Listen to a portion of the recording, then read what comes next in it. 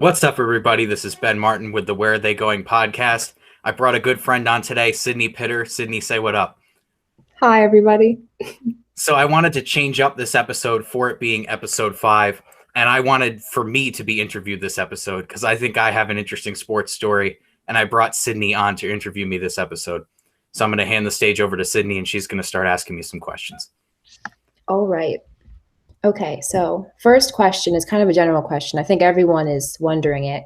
It's why did you start this podcast?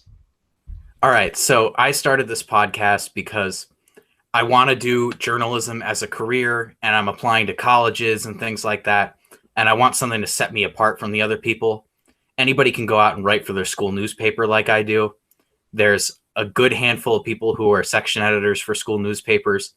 So I wanted to set myself apart, and that's why I made this podcast. Also, I have some friends who have some really interesting sports stories, so I wanted to try to cover those too. Okay. Who was the first person that was a guest on your podcast? Cam Luciano. He's He's a football player for Amity. Okay. And after this, your next guest is going to be? I don't know yet. Some people I have in mind are Sebastian Holt, another person who I have in mind. Another 3 people who I have in mind who would be one episode are the Ron triplets. And another 2 people I have in mind that would really be a dream to get it to work are Pat and Chris Winkle, who are UConn baseball players. Okay. Sounds like a good list. So the next question is, when did you discover journalism to be a passion and a talent of yours? Wow, you calling something a talent of mine is a good compliment. If you don't know, Sydney and I like to argue all the time. But journalism, I really discovered the talent that I had the end of sophomore year when I became the baseball manager. Shout out to Coach Moss for really giving me that opportunity. That really changed my life. And I went into the baseball manager and I started writing articles for the school newspaper that were just game recaps.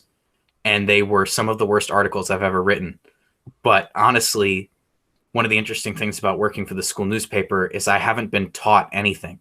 I've kind of been teaching myself by what I've read. Well, my father's taught me some things, but other than that, it's pretty much it. And I started the journalism stuff spring of sophomore year, and now it's winter of senior year. So that's pretty interesting. Yeah, definitely.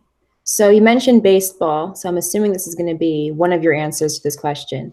But what is your favorite sport to watch and cover a story on? To watch, probably, well, it depends. To watch on TV, probably football. To watch live, I'm going to say baseball, just because being the baseball manager, I've seen so many crazy experiences. Like one of our pitchers last year hit a grand slam in one of the games, and that was his first and only at-bat of the season, which was pretty cool. And then for covering, I'd have to say baseball also, because that's kind of what got me into everything.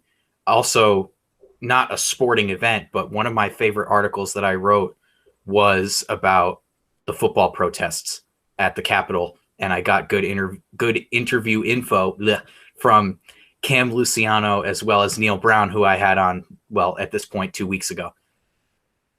Yeah, wow. I wouldn't expect people to want to watch the Jets, but Yeah. There's you. Okay. And I know that Ben Martin isn't just sports. So aside from sports, what other topics do you enjoy, like writing about, researching about, and kind of getting more coverage on? Well, I've only written one article in all of my articles that wasn't sporting themed. It was for the Woodbridge Town paper, and it was about a scout in my Boy Scout troop, Ethan Levy, his Eagle Scout project, and we wrote it together. And it was a really good experience for me because I've never written anything other than sports, and it helped me step out of my comfort zone. Yeah, you mentioned Eagle Scouts, and like you're kind of working on a project now that is really interesting to me. Do you want to kind of just tell the viewers about that? Yeah. So Eagle Scout has been one of my goals, not for my whole time in Scouts, actually, only over the last 2 or 3 years. And I started working on this project, which is creating thank you for your service bags for the veterans of the VA hospital. And in those bags, there's going to be a bunch of different things like a mini American flag, some stickers, and some other comestibles. And also for that project, I'm having thank you cards in the bags that I recruited some friends to fill out, including the other one on this screen. And this project has really taken a lot of time. I think so far I've spent about 22 hours in total on the project. And I'm really excited to see this pay off. Yeah, me too. Okay, so I see that you have a lot of passion towards sports. So is there any reason you do not play them competitively? All right, everybody, grab your popcorn. This is definitely going to be the longest part of this longest segment of the show. So basically, when I was younger, there were some complications with physical stuff. I couldn't walk until the age of 2. I had a bunch of other stuff that really went against me. So I was never a physically gifted kid in those aspects. And that was one of the reasons why I never played sports. Actually, to learn how to do really simple tasks when I was when I was in elementary school, honestly, I worked with a physical therapist up until 4th or 5th grade to learn simple tasks that are like gym. Like she would pull me out of gym classes, and that would be my gym class for the day, would be working with this lady. And I can't thank her enough for teaching me all these skills, but that was the single most important point of my life where I felt singled out. And there's a reason why I don't play sports right there is I just ever since I was younger, I just didn't have talent for it. And freshman year, I played ultimate frisbee on the team, which it is a club sport, but still it's a sport. And then Mr. Moss, who I talked about earlier, gave me the opportunity to become the baseball manager. And I wanted to try to do both in sophomore year, spring, play frisbee and manage baseball, but I just couldn't do it. And I made that commitment to baseball. So I felt baseball, I made the commitment first. I got to stay here. And then I just stayed there ever since. Yeah, I know what you're saying about the commitment part. Like I managed, and I'm going to manage this year the baseball or the basketball team, not the baseball team. And it is like a commitment. You are a part of the team. And I didn't know that about you. So if you were to choose a sport to play, what would be like on your top 3 list? Okay. So I'm not going to put them in order because that's just going to take too much time. Frisbee would be on my list. I loved playing it. I wish I could play it. I honestly would play it if it were a fall or winter sport. But with baseball, I'd rather be the baseball manager, honestly, than play frisbee at this point. And then for this question, are we taking into account, like, do I have to have skill in the current sport? Or can I just say, like, No, if I had skill? Basketball, definitely. I played an organized basketball league in 6th grade, and I was really bad, but I still loved it. And then I really want to say football, but I'm too afraid about getting injured, so I'm not going to say that one. Okay. And I'll just go with baseball because I think, honestly, for people, I'm not going to say this to discredit anybody, but I think baseball is the hardest sport to play because there's so many different skills that you have to learn. Hitting a baseball is so difficult. So that's why I say baseball for one of them. Okay, it's a good list. I could see you doing all of them. So taking a different spin, who and what are some of your influences in journalism? Okay, so if we're just saying journalism, I'd have to say my grandfather Bob. He worked for Newsday, which was a magazine back in the day, and he was a journalist. So he's an influence of mine in that area. I have to say the staff advisor for the school newspaper, Mrs. Clark, she's been a huge influence of mine. I had her freshman year for English. Then sophomore and junior year, I worked with her on the paper, and now I have a class with her in the second half of senior year. So I'd have to say she's a huge influence of mine in the journalism area. My dad, honestly, I am the sports section editor, but I think that I'm really bad at editing. And I know that's kind of funny being a sports section editor and bad at editing. But every time I get articles, I share them with my dad because my dad's a college English teacher and we go over them together. And I'm learning and picking up new things from him every time I do it. So I'd have to say my dad too. That's great. So you'd say that your dad has improved your skills, and has there anyone that made you more committed to journalism? Like, are you doing this for someone in your family? I wouldn't say I'm doing it for someone in my family, but there are definitely people who have really made me more committed to journalism. I remember sophomore year, we had to write a research paper for, I think it was modern American history class.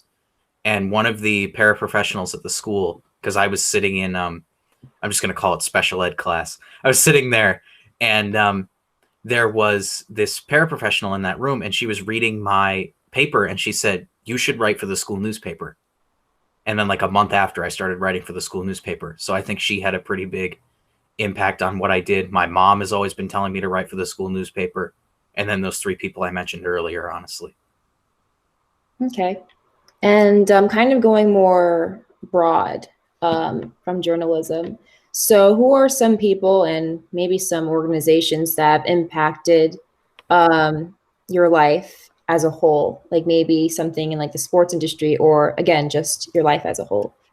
Well, if we're talking organizations, number one on that list is the Boy Scouts of America. I joined there when I was in 6th grade, and I just haven't looked back. It's been one of the most enjoyable things in my life ever since. It's taught me so many important skills like leadership.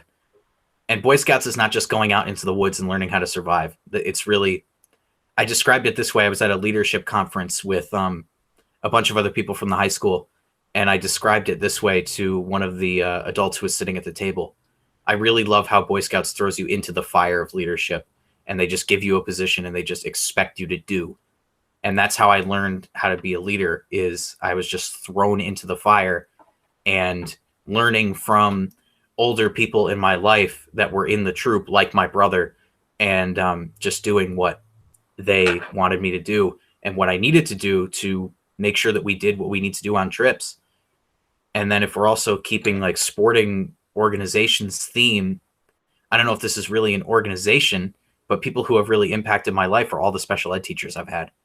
Those people are incredible. Like I said, Mr. Moss, he's one of my special ed teachers currently, and he offered me the position of baseball manager, which has changed my life. That physical therapist I was talking about earlier, I can't thank her enough. And then my resource teachers from middle school were really incredible. Like this computer that I'm on right now, I've had since 8th grade. And my middle school resource teacher, my 8th grade resource teacher, was the one who ordered this for me. So I'm thankful for her for that. And just special education in general has been really impactful on my life. And I can't help but thank those people. You'll never find a mean person in special ed. It's just impossible. That's kind of all I had to say for that one. Okay. Well, yeah, I'm learning so much about you. This is amazing. So, kind of going into the direction of like the Trident, because you mentioned Mrs. Clark, and I know you do a lot of the Trident because you're asking me for pictures of volleyball team news. You want to know all the new details. So how has working with the Trident impacted and or improved your writing processes, skills, and your overall just journalism? Well, first off, working for the Trident started my whole journalism career. I never saw journalism as a passion of mine or even something that I was good at until I started writing in sophomore year. And I've just had so many people through the Trident that have helped me. Like I mentioned, Mrs. Clark. And it's just improved my skills because hold on one second. They're right here. In one of these newspapers, there's so many articles and there's so many different people who write these articles. And you can just take so many different techniques from so many different people.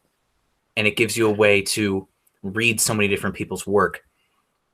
And that's really helped me along the way. Like I said, I had to do a lot of self-teaching. I did a lot of self-teaching from writing my articles, seeing what the editor, section editor, and editor-in-chiefs have changed. And then just reading other people's things and being like, oh, I really like how Sydney used this. So I'm going to use this in my next article. So I did a lot of that. And working with the Trident has really stepped up my involvement in Amity. I'm at a lot of sporting events now that I wouldn't be at if I weren't the sports section editor for the paper. And like Sydney said, I'm contacting people for photos and information. And it's just really good to be in that position. Yeah, I bet that sounds like a perfect role for you.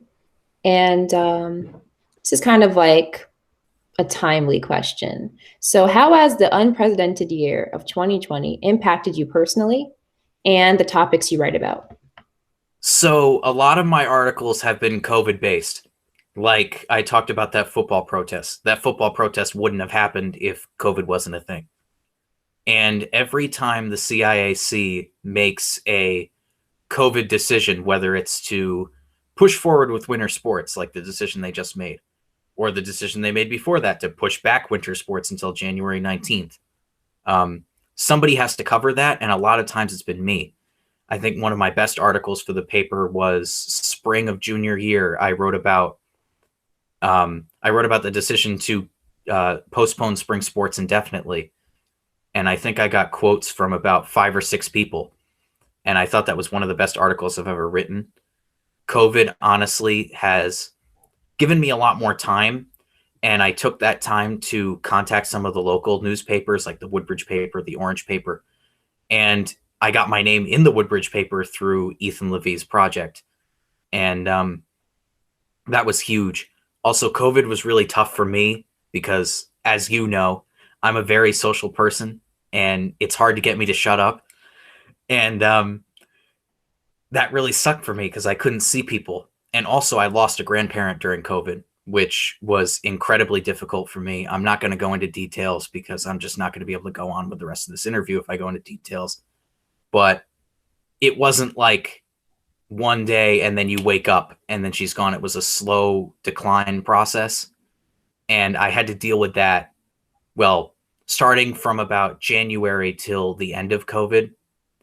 Well, not the end of COVID, until about August. And it really hit me hard along with the pandemic. And one of the things that got me through the pandemic was baseball. There was a summer league that a lot of kids from Amity were in.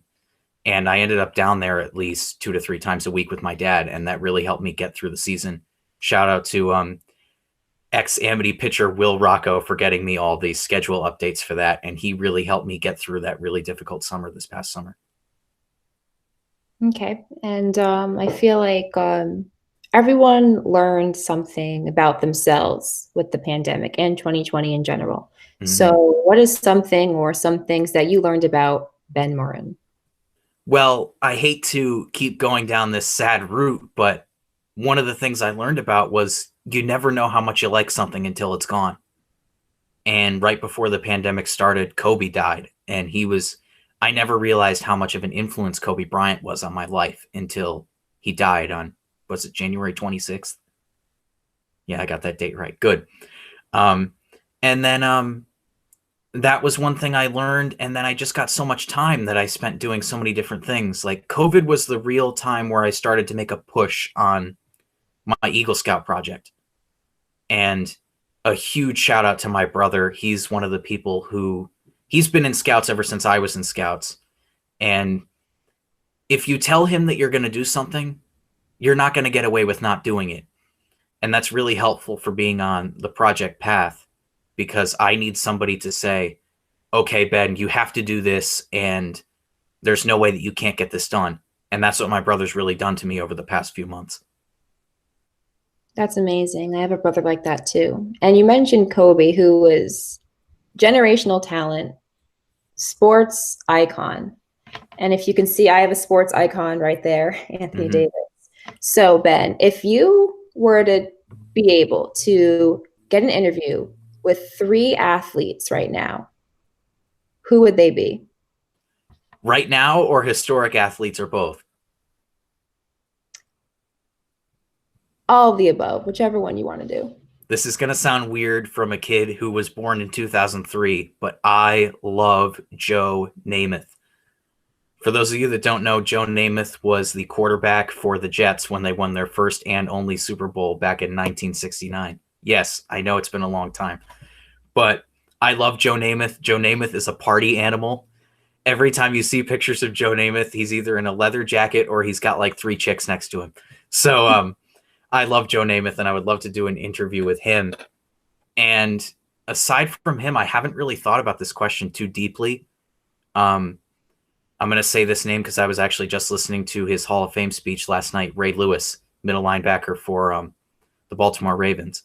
I know he's kind of a controversial player. He has murdered people, but it would be an interesting interview because this guy has so much motivation in his life.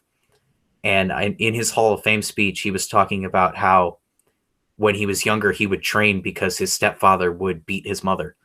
And when he was younger, he would train so that he could make sure that that nobody would put their hands on his mother again. And I just admire that so much. Not the murdering part, that part. But I would love to do an interview with him. And if I had to name one more, it would probably be from baseball, because I just named 2 football players. I'd say Wilmer Flores. He's a not well-known Met. He's one of my favorites. And there were rumors that he was going to get traded from the team, and he walked off the field crying during that game. And he was just so passionate about what he does, and I would love to hear his aspect on the game. Plus, he's also he's Latin American, which is a good take. It's a different take on baseball, so I'd love to hear that. Yeah, that'd be an interesting story. And are there any like big name people, not even big name people in the media of, NBA, NFL, MLB, people that cover those organizations like Stephen A, Skip Bayless, Shannon Sharp? Are there any people like that you would want to talk to? This is actually somebody who I've already talked to and may not be the most well-known guy anymore, but Darren Haynes. He came to our school and spoke on the first day of school a couple of years ago. And I messaged him afterwards, and we got into a conversation about journalism and what I should really do with the next steps. And he said to me, you're doing everything all right. You're doing everything fine. He basically said to me, you're doing everything fine and you'll be all right with this career. And I talked to him about things like where should I go to college and stuff like that. But I talked to him, and he was huge influence on me. And if I had to say other people, I like Stephen A because he's so controversial, and I'd love to hear how his controversial opinions come up. And then another guy along that same line is Colin Cowherd. When I listen to his opinions, sometimes I strongly disagree, and I'd love to just talk to him about why he thinks the way that he thinks. I hope one day you can do that, Ben. Yeah, me too. You mentioned next steps. So what do you see yourself doing after graduation? Well, since you said after graduation, I am going to touch on this, even though it doesn't fit in the question. My biggest next step is getting my Eagle Scout. And I have to get everything submitted before March 10th, because that's when I age out. But that's my next big step. As far as journalism goes, I really don't want to go too far for college, because I really want to stay involved in my troop. My troop has given me so much ever since I was a 6th grader. And I'd love to get back to some of those kids who are in the troop right now that I see as future leaders. And so I applied to a bunch of state schools. And one of the things I applied for Southern's honors program, Southern Connecticut State University's honors program. And if I get in there, that's where I'm going. I'm going to say it right now. If I get in there, that's where I'm going. But if I really want to see myself get in there, I want to end up with some cool opportunities. I have a friend, his name's Jake Bronson, and he was the basketball manager before Sydney became the basketball manager. And because he graduated, and he has gotten some incredible opportunities because he's a sports management student, and he got a summer job with the Mets after the program that our school uses called SSLP, which is an internship program. He interned with them and then got a job with them directly after. And he's gotten some really cool jobs. He goes to school in New York City, and I'd love to get some of the amazing experiences that he's gotten. So just trying to network with people, getting possible internships over the next years, and getting a college degree in journalism, probably. Okay. And you mentioned SSLP. So I'm interested. What are your thoughts? What do you think you're going to do during I hate to say it, but I think SSLP is not going to happen this year because of COVID. But if it does, one of my other career interests, I've had 2 career interests going around in my head. One of them is sports journalism, and the other one is physical education teaching. And I don't drive yet. I'm one of those weird seniors who doesn't have a license. But there's an elementary school right across from my house. And my elementary school gym teacher, Mr. Taddy, was an incredible influence on me. Great guy, even though I was pulled out of his class a lot. But I still got to know him pretty well. I'd love to intern with him if we get that SSLP program. It's right near me. I can walk there every day. And he was a huge influence on me, and I'd love to give back to that school because they've done so much for me too. So SSLP, I'll probably be across the street at Beecher.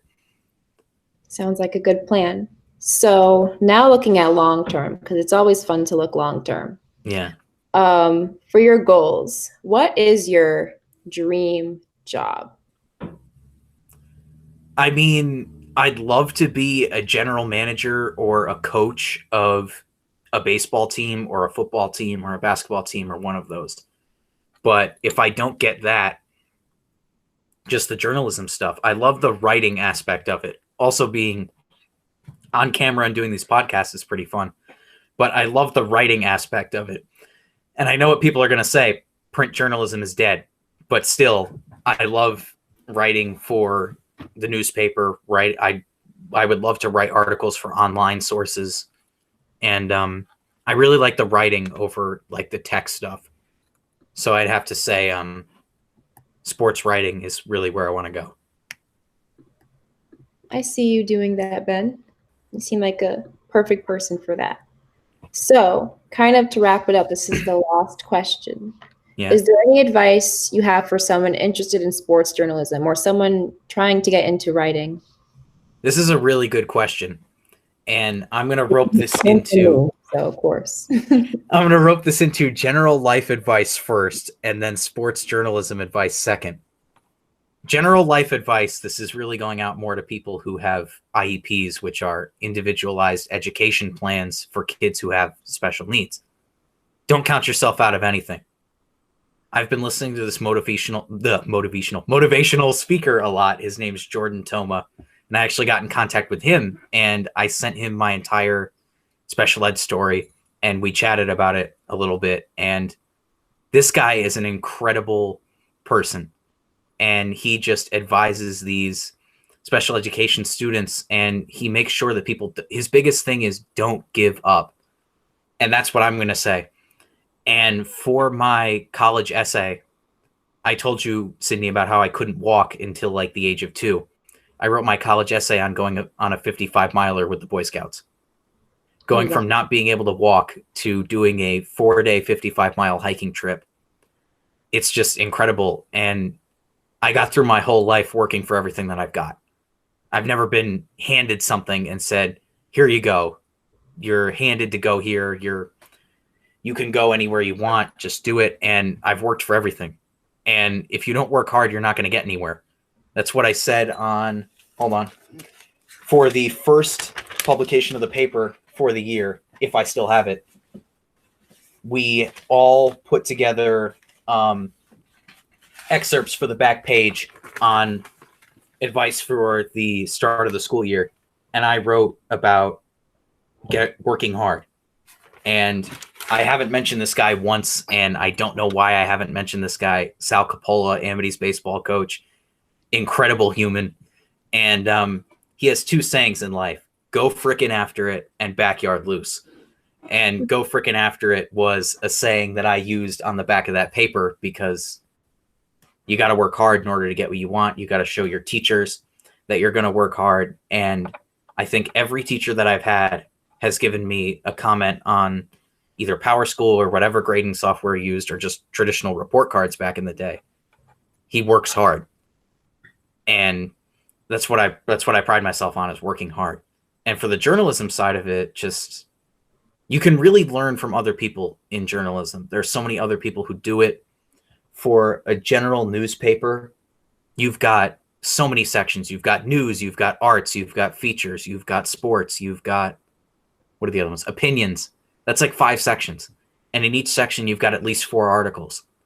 And if you wrote one of those, that's at least 19 other people that you can learn from.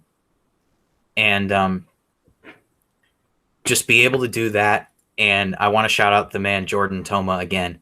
If you're really interested in his stuff and you're in a situation like I am with an IEP, check him out on his socials. His ad is "I'm just a kid with an IEP," which I think is a really cool username because you can really relate to his stuff if you're a kid like me. So I think that he's incredible, and he's honestly, outside of my family, one of the biggest motivators I have right now.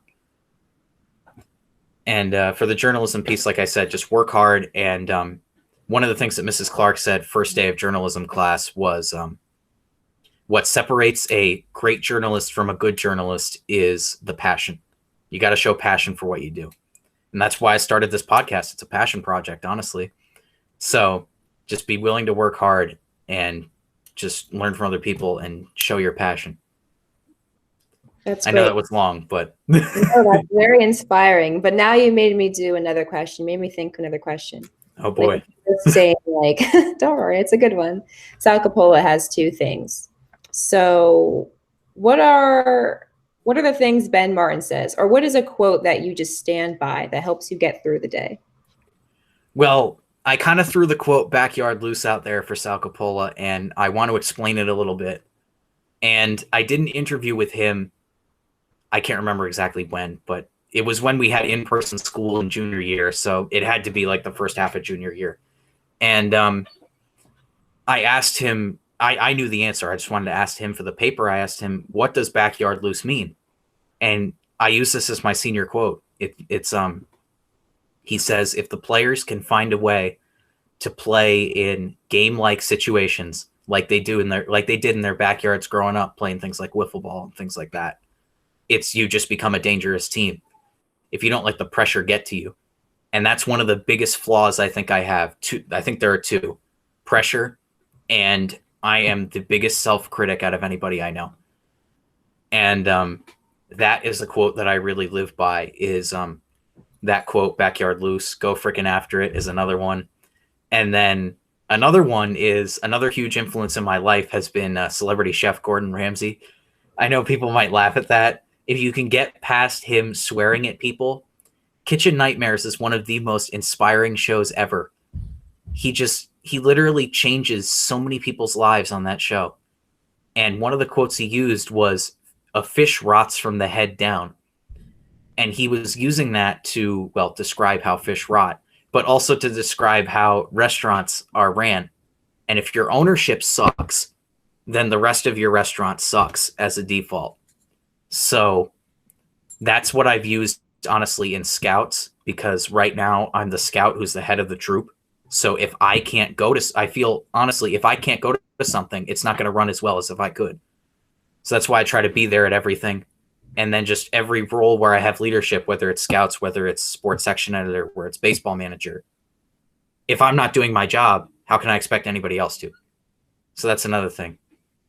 And that's what I'd have to say for quotes and things like that. Well said, Ben. That concludes all of the questions. All right. Well, you. Sydney, thanks for coming on to interview me. Is there anybody you want to see next on this series for me to interview?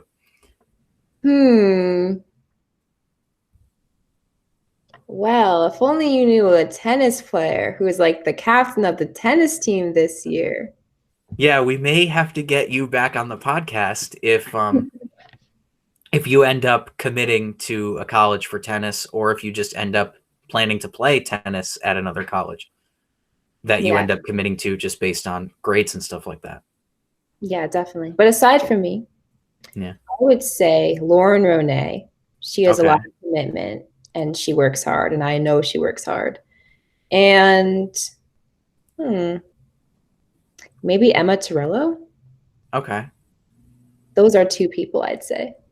Yeah, because one of the things I need on this podcast is more girls, because I interviewed Cam, I interviewed Neil, and then next week, Tyler, well, not next week, you'll have seen it by now, Tyler McLean will be on here. And I got, wait, hold on. Cam, Neil, Tyler, and Audrey. So I've had one girl on here, and I need more, because, like, I can't be favoring my guy friends. I need to make sure that I have equal representation of genders on this podcast. Definitely. Definitely. This podcast is going in a great direction. I'm And excited I do know a lot of successful girls, so I'll get them on here for sure, including the one who's on the screen across from me. All right. Thank you, Ben. This was amazing. Yeah, so this has been episode 5 of the Where Are They Going podcast. Come back next week and we'll have somebody else on here.